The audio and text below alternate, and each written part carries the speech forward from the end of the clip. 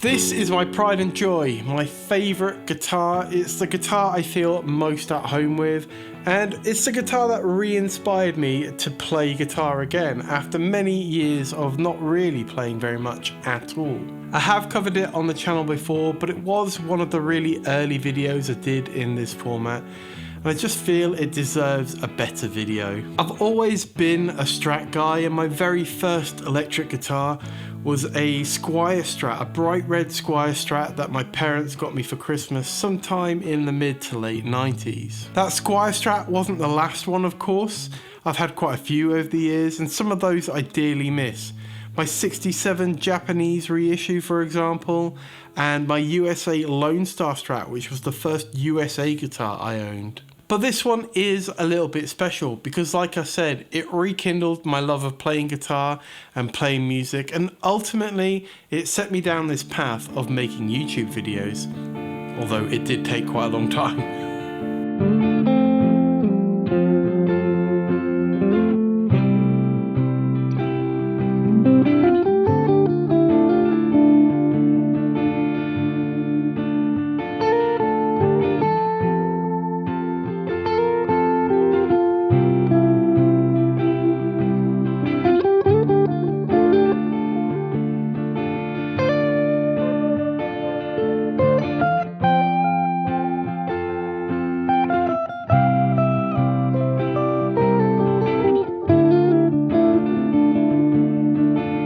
The only thing that upsets me a little bit about the acquisition story of this guitar is what I lost in the process. Back in 2001, I'd been in full-time employment for about a year. I was fresh out of college, and at the time I was bandless. I was super into bands like Incubus, Red Hot Chili Peppers, Silverchair and the Foo Fighters, and I was this close to buying a semi-hollow PRS inspired by Mike Einziger, of course. Something stopped me though. What I really wanted was a Les Paul Custom, a full fat Gibson one at that. So I managed to get finance on one, and I placed an order with GAC back when they were calling themselves the Guitar, Amp and Keyboard Center. I had to bloody ring them on a phone to order it. That's how long ago it was. Anyway, I had that Gibson through several bands, and it stayed with me for about 12 years, and honestly, I never imagined that I would move it on.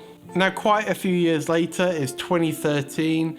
I'm married with a toddler and another kid on the way. I'd lost interest in playing guitar, and money really wasn't something we had a lot of. But I did have that urge to get back into playing, but the Les Paul was just a little bit uninspiring for me at the time. My tastes had changed, I was into different music, and the Les Paul just wasn't really cutting it for what I wanted to play. I'd also long since sold off any Strats that I had. I was basically down to just that Les Paul, having previously had, quite a few decent USA built guitars.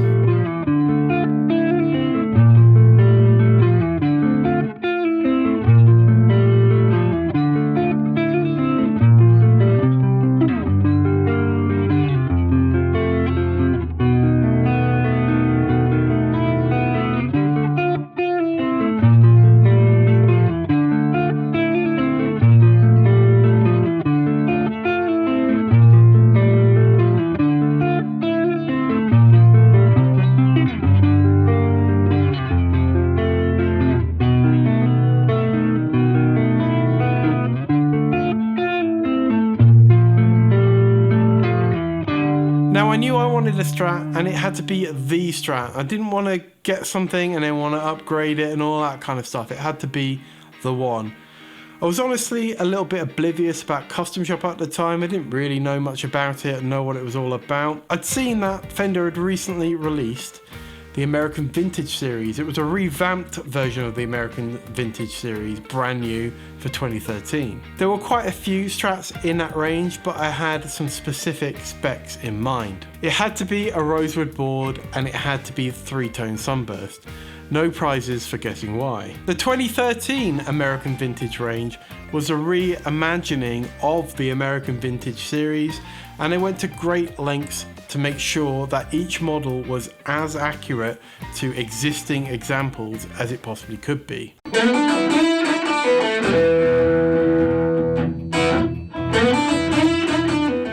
So when it came to taking this journey to reinventing the American Vintage series, we knew we had a heavy task ahead of us.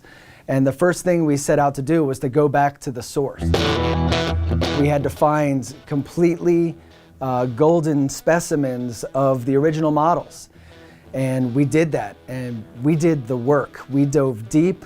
Every specification, every detail was honed, scrutinized to a microscopic level of detail to distill the essence of the specific recipe of each of those model years. So in short, with this American Vintage series, everything has been touched, tweaked, and reimagined.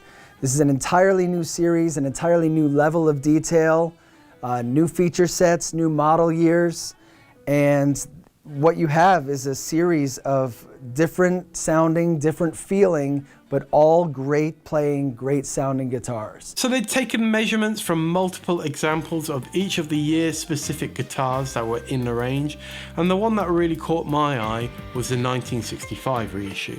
I'd made up my mind this was the one that I wanted, but I didn't have that £1,750 that was on the price tag. So I inquired at my now only localish guitar shop, yep, you know the one, Guitar Village in Farnham, and agreed to trade in my 2001 Gibson Les Paul Custom for the Strat I had in mind. To me, I was getting a banging deal. I paid $2,000 on the nose for that Les Paul Custom, so trading it in against a brand new Strat for £1,750 felt like I was only losing 250 quid. Which didn't seem bad for a guitar that I'd owned and gigged for 12 years. In reality, and as is usually the case when you trade in at a shop, I was getting the raw end of the deal, and at one point I even heard the owner say to the salesperson, anything but custom shop. I probably should have done a little bit more research. I hadn't realised that the Gibson had appreciated in value so much, but that's not really the point of this story, is it? I got the guitar I wanted, and Guitar Village put that Les Paul back out at £2,400. Ouch. I told myself at the time that I wouldn't miss the Gibson and I'd be happy with the Strat, and for the longest time I was. I guess it's just really in recent years when I look back at that guitar, what it was used for, and the prices that Gibson go for now, that I begin to regret that decision a little bit. Anyway, I've lingered on that story for too long. The important point is that it worked. The Strat got me playing again. Admittedly, a little bit to begin with. I did have quite a young family, of course, but over the time, I played it more and more.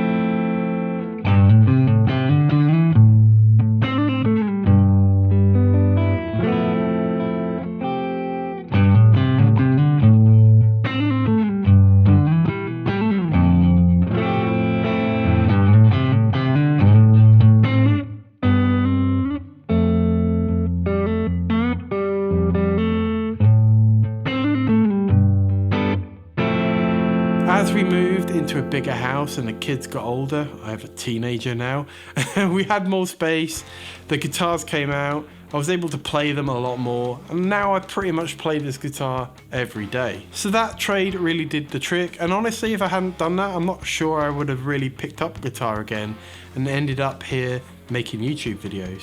So the elephant in the room is how this guitar looks. Clearly, it's very unlikely that a guitar from 2013 would have aged this much in that time. So yeah, I have done a bit of a relic job on this guitar. Regular viewers will know I'm a sucker for vintage guitars, for relic guitars, and it had gained the odd ding here and there over the years, and it is a nitro finish, so it's quite soft. It had really started to chip off in places and what have you. And you know what? I love the look, I decided to just go for it. The 2013 American Vintage range, to my knowledge, is the last of the USA factory-built guitars to be actually nitro finished. Now, it's not exactly the same as they did it in the 50s and 60s, because of course, Laws have come into play about certain chemicals and what have you. So it's not the same nitro that they used in the 50s and 60s, but it is nitro, and I don't think they've done it quite the same as this since. So being that it is a nitro finish, it is a bit easier to do, kind of a more convincing relic job than you would be able to do if it had been a poly finish. So I went for it. Now I did do this over a couple of different sittings, so like if you look back through my YouTube history, you'll see the kind of relic job at different stages. And honestly, overall, I like the result. There's a little bit here and there that I'm not super keen on. Like, I don't really love the way this bit turned out. But overall, I did a reasonably good job, and it was actually good enough to convince someone at Guitar Village that it was a custom shop, very briefly at least, until they spotted it didn't have a custom shop decal. So it's got wear in all of the usual places that you normally see in relic, custom shop and vintage guitars. And I even went as far as doing some lacquer checking, which I think turned out alright. I also took the finish of the back of the neck. Now, I haven't really done this in a relic style. I've just done it to make the guitar feel a little bit more playable. It did at one stage have a bit more of that relic look with the kind of darkened wood and what have you, but I've had subsequent goes at it to, you know, really neaten it up. So yeah, love it or hate it, the relic is here to stay, at least for now. I have considered maybe refinishing this, but honestly I'm not sure I can really be bothered.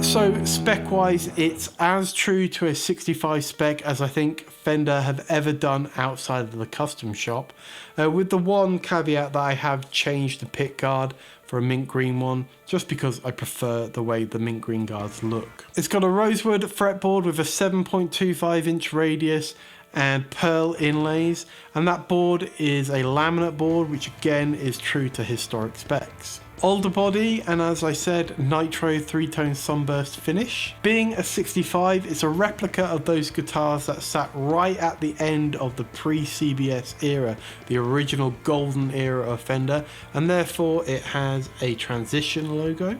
You'll see at the end of the headstock there's no custom contoured body decal. That's because these guitars have the logos on top of the lacquer just like they did back in the 60s.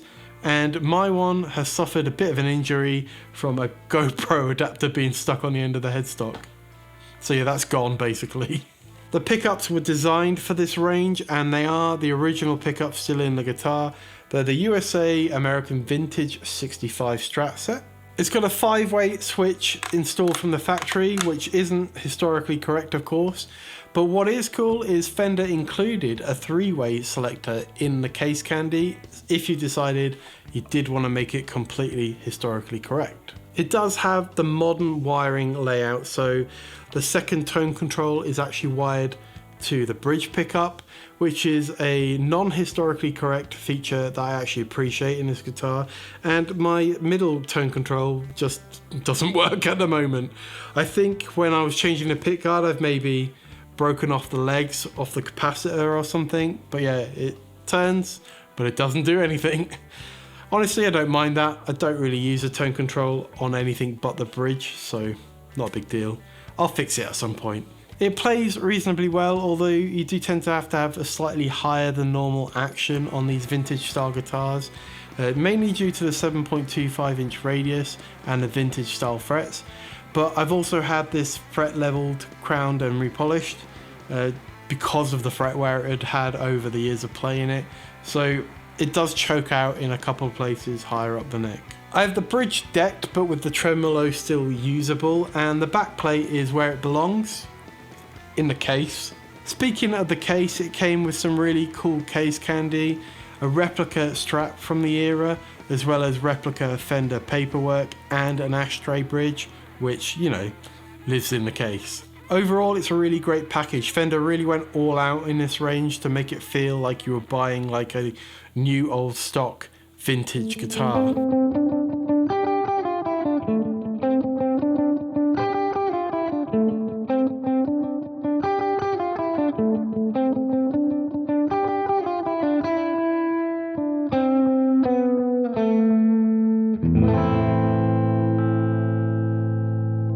The American Vintage series was discontinued in 2017, replaced by the American Original series, which did have some cool guitars, but they were more kind of era focused rather than specific year focused. So you would have a 60s Strat, which actually looked quite a lot like this one, and a 50s Strat instead of a dedicated year. As I understand it as well, they moved to a new finishing process with that American Original series.